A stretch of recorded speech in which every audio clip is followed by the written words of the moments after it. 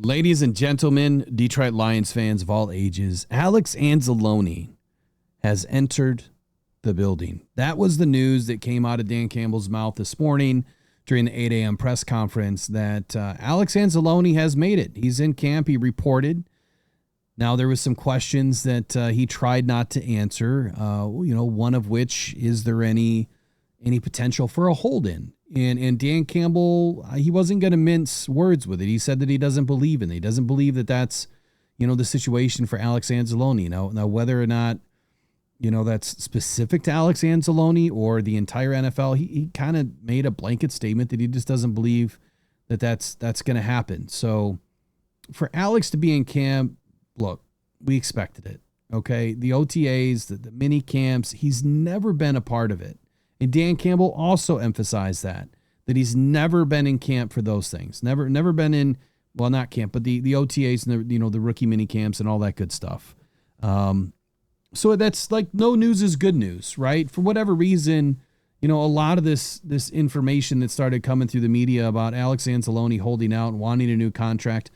Look, that may be partially true. He may want a new contract.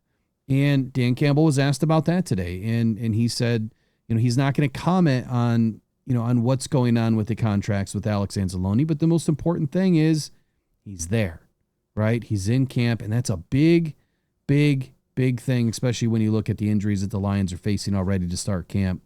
It's kind of a mess that the Detroit Lions are in. Now, as I said, Dan Campbell said on Sunday that he, Alex Anzalone is in. Let's take a look at this article here by the Detroit News.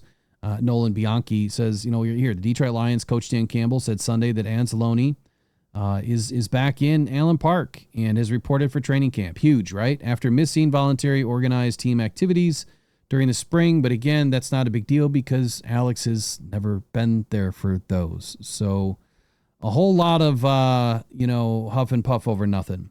Now, Alex is 30, right? He's 30 years old. He's entering the final season of his 3-year deal, of which, by the way, he doesn't have any guaranteed money. So, if I was a player too, of course, I'd be balking a little bit at showing up for camp and playing when I don't have any guaranteed money, on my contract. I would have hoped that by now, at least the Lions would have done something to guarantee some of his money to ensure that, he would be in camp and that he would be a participant. But, all of that stuff now is water under the bridge because he's there.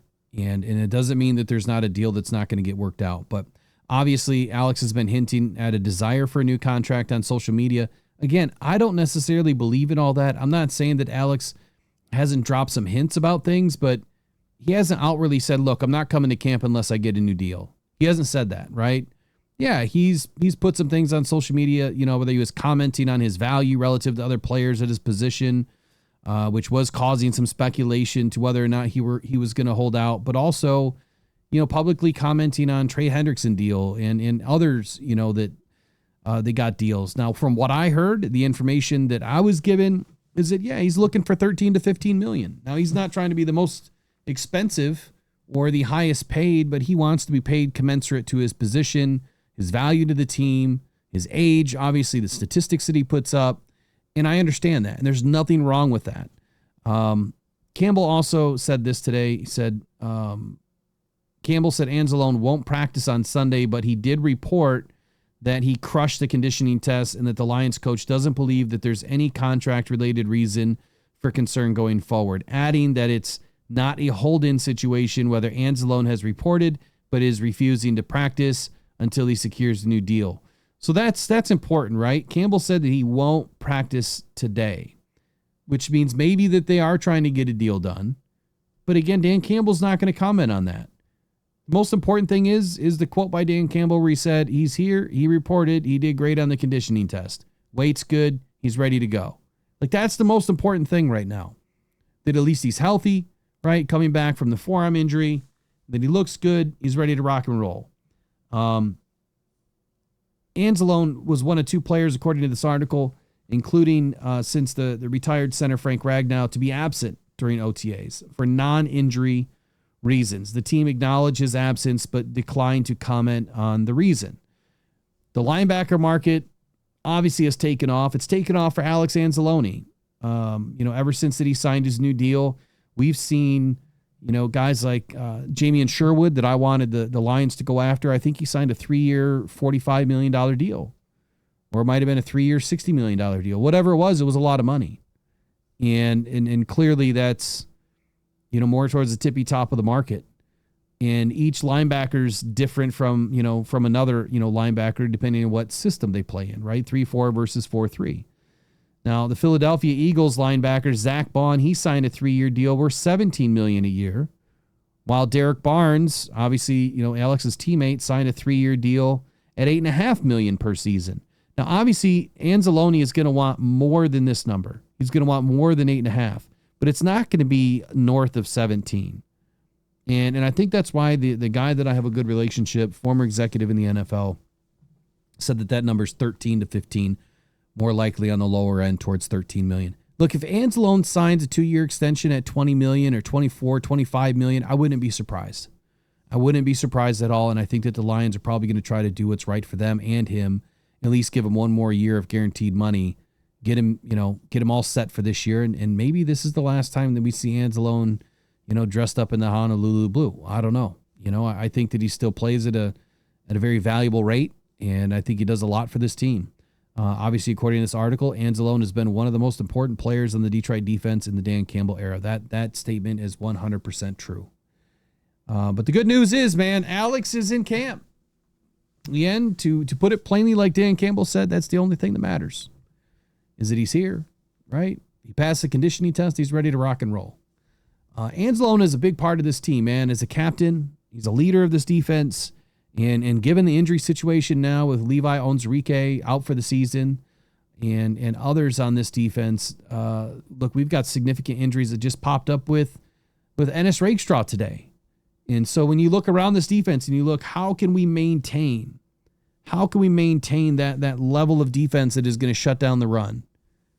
How are we going to maintain throughout a long season, with this depth chart? The Lions usually keep 6 linebackers. And I guess to answer the first question, how are we going to maintain the run game? I think there's going to be more pressure on the linebackers this year. Lee McNeil's out till November. He's probably not going to be the same player when he gets back, at least right away. Onwuzurike is gone. Broderick Martin, we have no idea what he's going to turn into. DJ Reader's entering this season, really healthy. But the rookie Tyleik Williams, he's a rookie. Rarely, but it does happen. Does a rookie defensive tackle make a huge contribution to a team in his first year? I'm kind of leading towards Tyleik to having to do that. Like, we need him to be one of those rarities in the NFL that gives the Lions way more than what they're asking for and turns out to be a pretty incredible bright spot. Aiden Hutchinson's coming back from a major injury. So again, to maintain the run game, I think that we're going to have to see some fluidity on this defense, some versatility from some guys, because, even like Josh Paschal, he's not going to be back until around Labor Day. We brought in a guy, Roy Lopez, who I believe in. I think that he's going to be great. And that signing is looking extremely smart from Brad Holmes right now. Let's take a look at our depth chart real quick. Here's your guys on defense. But most importantly, let's take a look at this linebacker room, okay? Right here. Alex Anzalone is your leading linebacker right now for the will position, according to our lads. Jack Campbell's in the middle. Derek Barnes is the Sam. Malcolm Rodriguez to back up Alex. Well, he's not going to be back until probably November. Grant Stewart picked up in the offseason. He's a solid middle linebacker backup.